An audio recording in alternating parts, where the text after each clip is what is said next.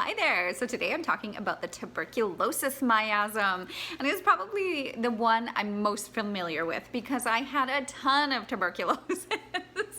Inherited tuberculosis, and I'll tell you about that later. But first, my name is Stacey. I'm a Heilkunst practitioner and creator of the Express Your Truth 8-Step Emotional Empowerment Program, and I've just recently started a series on the chronic miasms. So if you want to know what the miasms are, you can check out that video here before you start this video so you understand what the miasms are. But if you already know what the miasms are, let's get started. So with inherited tuberculosis, the season for tuberculosis, and like I said in my miasm video, all of the different miasms have different seasons where they're most active. And so tuberculosis is most active through December and part of January. And so, you'll start to see those respiratory illnesses pop up. And with tuberculosis, it's a restlessness. So people with a lot of restlessness in the way that they hate anything constricting or confining. So a person with inherited tuberculosis would hate a dead-end job. They need places to move and become expansive.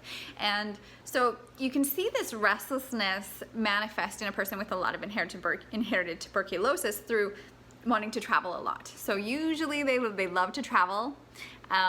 They always feel better when they're traveling. They feel better when they're planning a trip or they have a trip to look forward to. So right now would be an interesting time for people with a lot of inherited tuberculosis not being able to travel as much. And if they can't travel, they will do things to kind of break up the monotony. So whether it's take a different route to work or maybe move their furniture around in their house, just anything to kind of break up that monotony. And a person with a lot of tuberculosis will kind of have like a romantic longing, like a romantic longing for a better life or something different. Yeah, and so me, for example, I had a lot of tuberculosis, inherited tuberculosis. I traveled, for anybody who knows me, I traveled for about 5 years after high school, and I actually started a business trying to take people on tours in Thailand, trying to make a business out of traveling. And I moved all the time. My mom used to joke back when people had address books, she would have to write my address and my phone number down in pencil because she had to erase it so many times. By the time I was 40 years old, I had lived, I think, in 41 different houses. One year, I think I moved 6 times. So yeah, there was a lot of inherited tuberculosis. And so once I started to treat that inherited tuberculosis, I started to settle down and I'm not moving as much or traveling as much, and I'm perfectly content not to.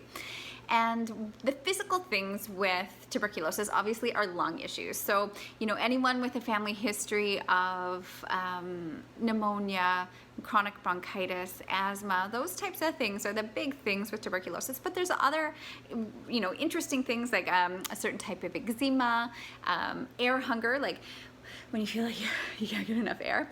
That's a big tuberculosis symptom. Also like a pressure on the chest. Alopecia is one of those random inherited tuberculosis symptoms.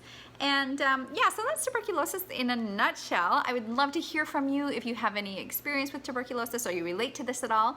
And next week I'm going to be covering inherited ringworm. So if you haven't done so already, subscribe to my channel and ring the little bell and you'll get a notification when I put out the new videos. And I hope you enjoyed this, and I will see you next week.